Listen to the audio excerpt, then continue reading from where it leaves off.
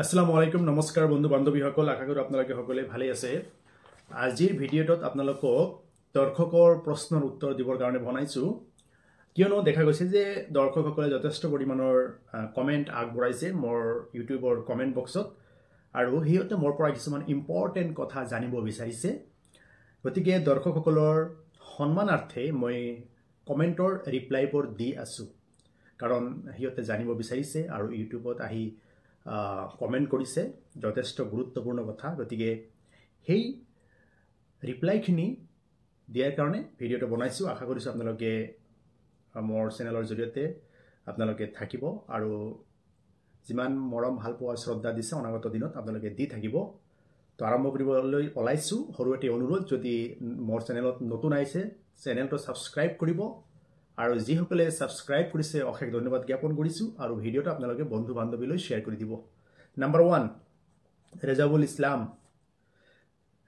ইছলাম তেখেতে লিখিছে এখন জিলা পৰিষদৰ সদস্য বা ভোটাৰে আন এটা জিলা পৰিষদত নিৰ্বাচন খেলিব পাৰিবনে এটো চাওক জিলা পৰিষদত নিৰ্বাচন খেলিবলৈ হলে সেই জিলা পৰিষদৰ ভোটাৰ লিষ্টৰ লগত গাঁঠি দিব লাগিব এতিয়া এজন ব্যক্তিয়ে ওয়াইন এখন জিলা পৰিষদত ইলেকশন খেলিলে গতিকে সেই ওয়াইন জিলা পৰিষদৰ ভোটাৰ লিষ্ট নমিনেশন পেপাৰৰ লগত গাঁঠি দিব নোৱাৰিব আল্টিমেটলি ৰিজেক্ট হৈ যাব গতিকে ৰিজেক্ট হোৱাতকৈ মোৰ বোধেৰে ইলেকশন নেখেলাই ভাল গতিকে এখন জিলা পৰিষদৰ সদস্য বা ভোটাৰে ওয়াইন এটা জিলা পৰিষদত নিৰ্বাচন খেলিব নোৱাৰিব বুলি মোৰ সাধাৰণ জ্ঞান কৈছে গতিকে ইয়াৰ 100% ৰিপ্লাইটো মই দিব নোৱাৰিলো কিন্তু মোৰ বোধেৰে কয় নিৰ্বাচন খেলিব নোৱাৰিব second question Saifur Rahman Molla sir প্ৰস্তাবক আৰ সমৰ্থকৰ ব্যাংক সমবায় আঞ্চলিক ক্লিয়াৰেন্স লাগিব নেকি ইয়াত চাওক নিৰ্বাচনত যিকোনো নিৰ্বাচনত অকল প্ৰস্তাবকৰ মানে ডকুমেন্টস লাগে বা প্ৰস্তাবকৰ ডিটেইলস লাগে সমৰ্থকৰ একো নালাগে গতিকে এই ক্ষেত্ৰত প্ৰস্তাবকৰ বেংকৰ ডিটেইলস সমবায় সমিতি বা আঞ্চলিক পঞ্চায়তৰ ক্লিয়াৰেন্স এবৰ নালাগে দৰকাৰ নাই অদৰকাৰী নাম্বাৰ 3 ৰামকৃষ্ণ ডাঙৰীয়া তেখেতে মোক ধন্যবাদ সূচক এটা মেছেজ পঠাইছে বিগত দিনত মই গাঁও পঞ্চায়ত নিৰ্বাচন সংক্ৰান্তত বহুত ভিডিঅ মোৰ চেনেলত আপলোড কৰিছো ইয়াৰ জৰিয়তে বহুত মানুহৰ সুবিধা হৈছে নজনা কথা জানিব পাৰিছে কাৰণ মোৰো খোজা আছিল যে আসলে পঞ্চায়ত নিৰ্বাচনত মানে কি লাগিব কেনেকৈ প্ৰিপাৰেচন লব লাগিব এই সংক্ৰান্তত আগতীয়াকৈ জনাৰ প্ৰয়োজন মই অনুভৱ কৰিছিলো যাৰ কাৰণে পঞ্চায়ত ৰিলেটেড যিমান আইন আছে সেই আইনবোৰ মই অধ্যয়ন কৰিছো গতিকে তাৰ পৰা কিছুমান নলেজ মই গেইন কৰিব পাৰিছো আৰু সেই নলেজখিনি আপোনালোকৰ মাজত শেয়াৰ কৰিবৰ কাৰণে ভিডিঅ'বোৰ বনাই আছো যাৰ কাৰণে তেখেতে ধন্যবাদ জ্ঞাপন কৰিছে আৰু আপোনালোকৰ উপকাৰ হোৱাৰ কাৰণে যিয়ে নহওক ৰামকৃষ্ণ ডাঙৰীয়াক বিশেষভাৱে আৰু ধন্যবাদ জ্ঞাপন কৰিছো আৰু তেখেতক আমি ওয়েলকাম জনাইছো question number 4 tips for you Bandhan বেংকৰ লোন ডিফল্ট থাকিলে মাইকীজনীৰ নামত ক্ৰেডিট স্কোৰ বেয়া হ'ব নে দিয়ৰে এতিয়া বন্ধন বেংকৰ লোন ডিফল্ট থাকিলে মাইকীজনীৰ নামত ক্ৰেডিট স্কোৰ বেয়া হ'ব নে দুয়োজনৰে এতিয়া বন্ধন বেংকৰ লোন যিয়ে লৈছে তেখেতৰ ক্ৰেডিট স্কোৰ বা সিভিল স্কোৰ বেয়া হ'ব গতিকে দুয়োজনৰ বেয়া হোৱাৰ প্ৰশ্ন নাহে এতিয়া কোনে লৈছে আপোনালোকে ডিসাইড কৰিব কোশ্চেন নম্বৰ 5 CMAA পোৱা ব্যক্তিয়ে ইলেকশন খেলিব পাৰিবনে কমেন্ট কৰিছে অতুল কুৰ্মি এতিয়া CMAA ইয়াৰ সম্পূৰ্ণ ৰূপটো মই নাজানো কিন্তু মই অনুমান কৰিব পাৰিছো যে এটা কি বেনিফিচিয়াৰী লিষ্ট এটা যোজনা এটা আঁচনিৰ হিতাধিকাৰী গতিকে মই ইয়াৰ আগতে ৰিপ্লাই দিছো যে কোনো আঁচনি হিতাধিকাৰীৰ বেনিফিচিয়াৰীয়ে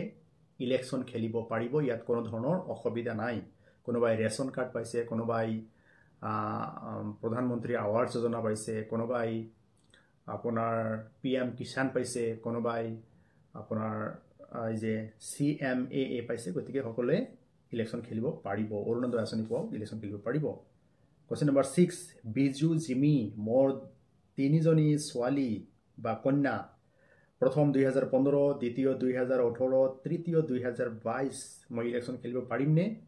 ৰিপ্লাইটো হৈছে 2018 চনৰ পিছত দুজনতকৈ অধিক সন্তান থাকিলে ইলেকশ্যন খেলিব নোৱাৰে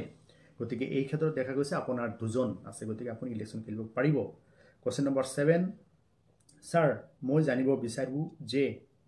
পঞ্চায়ত নিৰ্বাচন খেলিবলৈ প্ৰাৰ্থীৰ নামত নতুন বেংক একাউণ্ট কিয় প্ৰয়োজন হয় জনাই দিবলৈ অনুৰোধ কৰিছো এইটো হল ইলেকশ্যন কমিশনাৰৰ এটা নিয়ম যিবিলাক ক্যান্ডিডেটে ইলেকশ্যন খেলিব হিহঁতৰ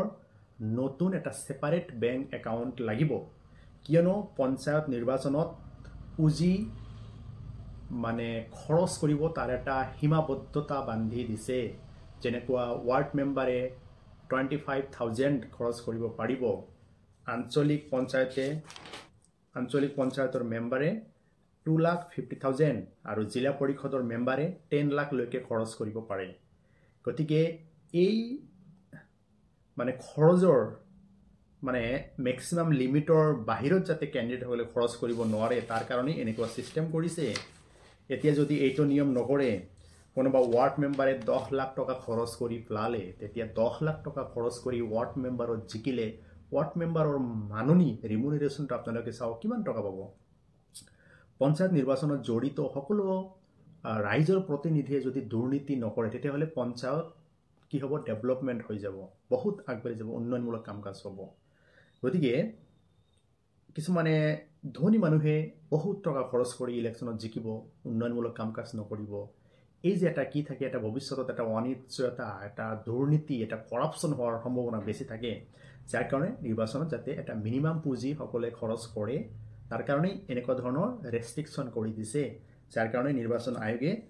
নতুন বেংক একাউণ্টৰ প্ৰয়োজন বুলি অনুভৱ কৰিছে আৰু নতুন বেংক একাউণ্টত আপোনাৰ পুঁজিখিনি তাতে জমা কৰিব লাগিব আৰু সেই পুঁজিখিনি উলিয়াই আপুনি নিজ হাতেৰে খৰচ কৰিব লাগিব যাৰ কাৰণে এনেকুৱা ধৰণৰ সিস্টেম বনাবৰ কাৰণে ইলেকশ্যন কমিশনাৰে নতুন বেংক বা সেপাৰেট বেংক একাউণ্ট খোলাৰ সিস্টেম কৰি দিছে আশা কৰিছো ৰিপ্লাইবোৰ পাইছে আৰু এই ৰিপ্লাইবোৰ পোৱাৰ পিছত আপোনালোকে